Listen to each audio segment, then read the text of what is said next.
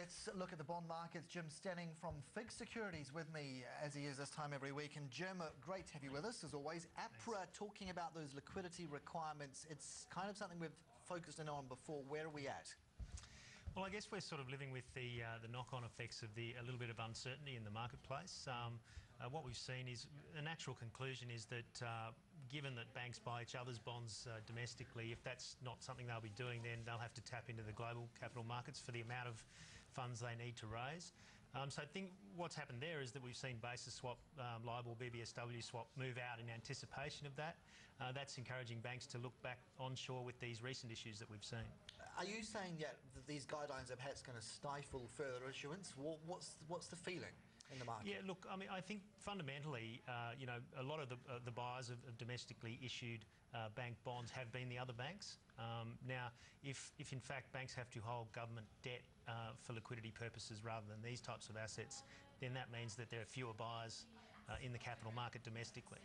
There was a story in the Financial Times overnight about just the reluctance when it comes to banks to pass on lower funding costs to commercial and retail clients. And they're actually charging shipping clients a premium over LIBOR. It seems like the credit window remains absolutely bolted.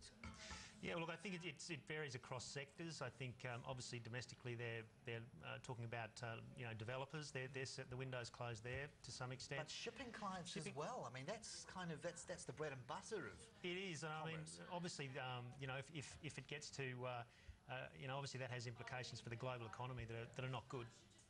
Okay, ANZ getting off a hybrid issue. What was it? 750 mil.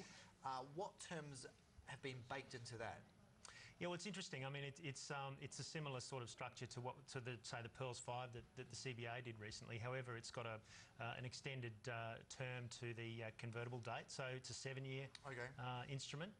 Similar to Westpac, then they issued a 7-year. Yeah, that's right. I mean, that's a unsecured senior obligation. This is actually obviously Tier 1 capital. Okay. But it's interesting. I mean, over the an implied return to investors is around the 9.5 based on a fixed rate. Okay, who might follow suit off the back of that? Well, we've seen the CBA move. We've seen ANZ jump out of the gate. And the timing was sort of as expected, given that we've got the end of the year looming.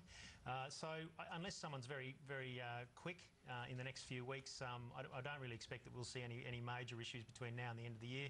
But early in the new year, I think we will see the other major banks come to the market and many others. Now, the Westpac 7-year issuance is unguaranteed. Tell me about why that is the case.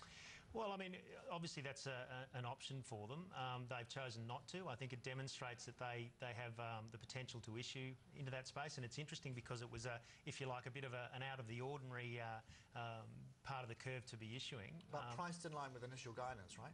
That's right. That's right. They actually issued a government-guaranteed five-year deal. So I think it's really encouraging. I think if you look at again the implied fixed rate around 7.5. It's a great, quite a handy return. Well, let's compare it with the government issuance, if we can. We've got a chart to illustrate where we are sitting there. Tell me about that's obviously a longer issue, 10-year. Yeah, that's the 10-year issue. Holding up. It is, and interestingly, we see that price action that's very sort of corrective. There's an argument that we may see a breakout on the upside. That's, I suppose, consistent with shorter-term rates. But yeah, look, it's interesting to see just how far that's moved from the lows of December last year. How much are hedge funds filling a gap in your view at the moment? When we come to the idea of bank lending and move outside this space, how much are they acting to really plug gaps? Well, I think there are definitely opportunities there because what we've seen is we've seen a lot of issuance by a lot of borrowers, private equity, a lot of activity 2 or 3 years ago that's coming up for maturity. And 200 billion in the next 2 years, I think. That's right. That's right. So there are opportunities there. There are good quality companies that are sub-investment grade that can't get funding or don't have are looking for alternatives, and hedge funds do play a role there.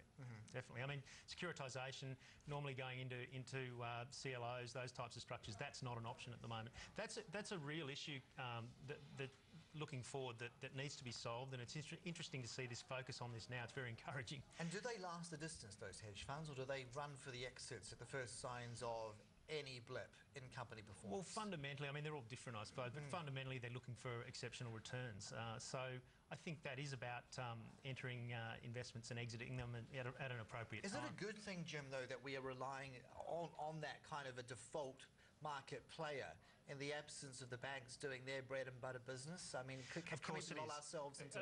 Of course it is, and I think that what's important is that in terms of the capital market, that various sectors or various investors and holders in particular are tapped. It's a very important development that seems to be unfolding at the moment. Jim, on a positive note, we'll leave it. Thanks very much. Thank you so much. We'll see you next time. Okay. Right. Jim Stening from